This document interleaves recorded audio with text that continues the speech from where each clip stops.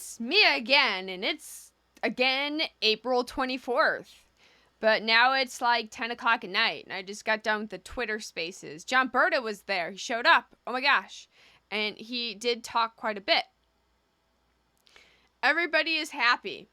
So in the Twitter space, John Berta talked about like why him and Greg McCabe are very excited about metamaterials, and why they got excited, and why they haven't sold a single share. Why neither John Berta nor Greg McCabe have sold a single share.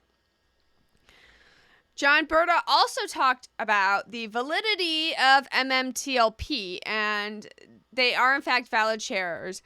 They're not fake shares that were just made as a distraction. They're real shares. They're made tradable due to the fact that there was one word in the filing of the shares, which was transferable. Because the term transferable was used, this is how market makers who knew people and had some money were able to get together their own ticker.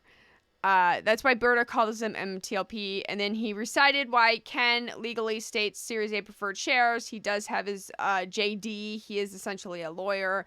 And he will, be very legal and stuff.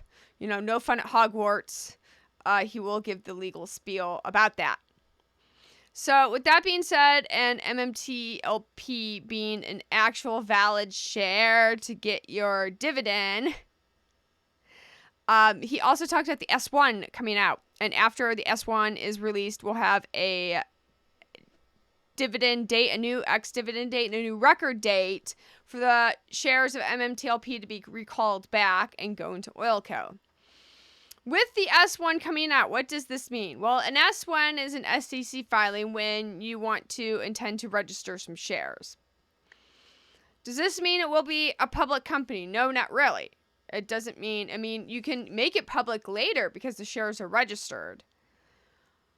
But you can also create more of a demand once the spin out into Oilco happens. Because the shares are registered, that'll be more of a demand with brokers wanting back their borrowed shares. They lent out shares to people who wanted to short. Because the new shares are registered, that will create an immense buying pressure on MMTLP. And once the spin out in Oilco is announced, there is a strong possibility we will see a very volatile increase in MMTLP. We know the value of our shares of the oil, guys, 29 to 46. My next video, I'm going to talk about the tax implications of that. Think about capital gains tax. With capital gains added on to $46 share, $50 share, you're looking at like $76, $77. And here's an edit. If MMTLP does go volatile, remember what our value of the asset is calculated to be, 29 to 46. Don't forget tax on that. So while $20 might look good for a lot of people, they need those shares. All right? They're going to need those shares. And I'm thinking about taxes that I have to pay on this. So you don't have to sell your shares for that cheap. We know what the value of our oil is, our share of those 3.2 billion barrels of oil in the ground. I've calculated it out over and over and over again. So, 29 to 46, think of tax. Tax on like a $46 share, short-term capital gains tax, you're looking at a $76 share. Just to let you know about this. So S1 means these shares will be registered. They will be qualified shares. This will create a demand for brokers. And then if Oilco does go into a public entity, meaning say, the buyer wants it public before they can purchase it, it's there and ready to be facilitated like that. So that's the big one, is getting the S1 filed and approved. With the S1 being filed, of course, there will be an official PR with the company, as usually what happens. You'll see an 8K involved with that on Meta's side.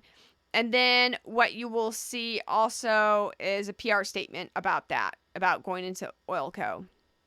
Again, S1 doesn't always have to mean it's going to be a publicly traded company. just the option it could be down the road. This will create an immense buying pressure on MMTLP. And we know the value of our dividend. Some people might be happy selling at 5, but 29 to 46, plus think of the implications of short-term capital gains tax.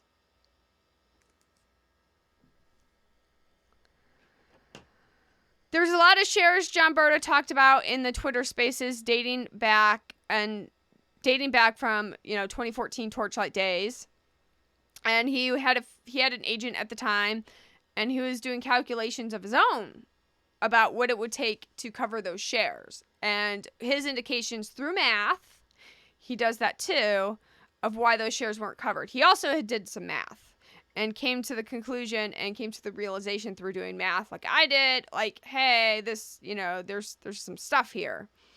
Meaning that there's going to be quite a bit of people who need to cover MMTLP going into that dating back from Torchlight. Once the S1 is filed, there will be a demand on brokerages because then they know that they're going to get an actual valued share as a dividend out of this. The Oil Co. share will be a registered share.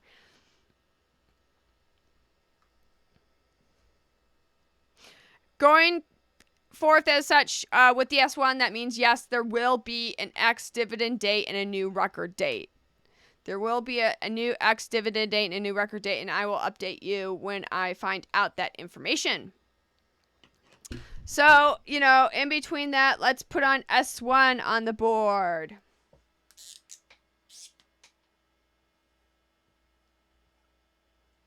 Okay, so between step 2 and step 3, we're going to see an S1.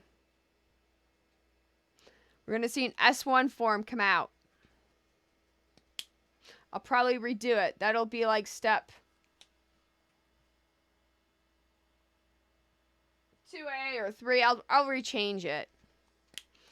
Again, here's an S1 form. It's to register the new shares of the company with SEC. Is it going to be Oil Co? Probably not. It probably won't be Oil Co. We've talked about other possible names it could be. NextBridge. What ticker symbol will this be? I have no idea. I've no idea. We can speculate what's available. It's kind of like a domain thing, like what ticker symbol is available. But I think also after this S1 is filing, if you watched my previous video about the lawyer lockdown at Meta, once this happens, we will see a lot more PR come about the Oil Grande. And possibly a lot more PR about Meta as well once the spin-out ends. John Berto was very bullish. He talked about the Argus project and the Black Files and DARPA, and Smokey paid for that video, and he had the interview on with Yanni, and we listened to it. Kudos to you, Smokey.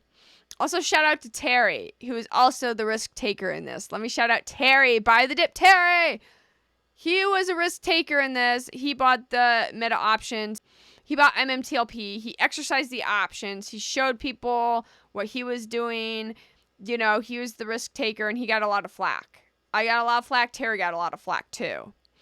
And we are both now excited knowing that, it's okay to be a risk taker. I'm a risk taker regardless. I'm that rebel. I'm the person who always questioned the teacher.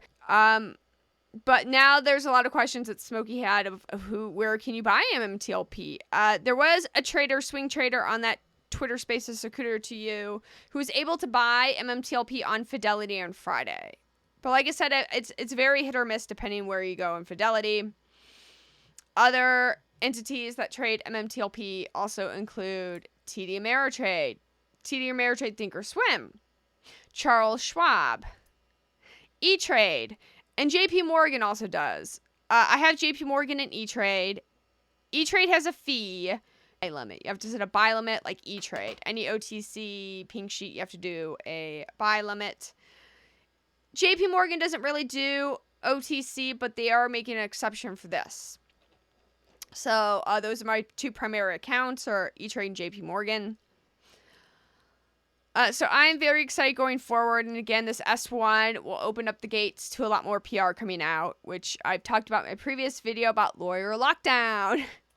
And that's why we haven't seen a presentation yet on anything about the Oil Grande. and its secrets, such as the aquifer under it, which I've talked about in other videos. Looking at that water study, that was pretty impressive. So yeah, I'm pretty happy about that. And again, the S1 doesn't necessarily mean that it has to be a publicly traded company or go IPO, but the option is there. It can still be private with the option to go IPO later. I thought I'd let you know that. Having the shares registered does create that pressure, though. I will say that. That will create a pressure with your brokerages. Again, it was nice hearing like, oh, you guys are 95% correct. It's like, oh, wow. I hope it's 95% correct in the dividend calculation. And maybe like 95% correct lower and maybe the dividend's a bit higher. That would be fun. If that's really like the net present value and everything. Cool.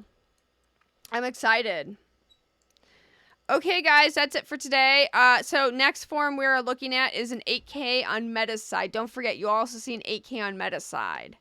And then you're going to see an S1 form come up. And you can go SEC and search for form S1. There's like a thing that pops up like 8Ks that'll pop up that day. Same with SEC S1s. That'll pop up S1, Sierra 1. And you're going to see that, but it won't be through Meta. It'll be through whatever the name is of the company. So I don't think its company's going to be called Oilco, though. But keep an eye out. It could be Oilco. It could be NextBridge. It could be, Electric Boogaloo, Oil Field. I don't know. It could be a number of names. Okay, guys. I will see you soon. Goodbye.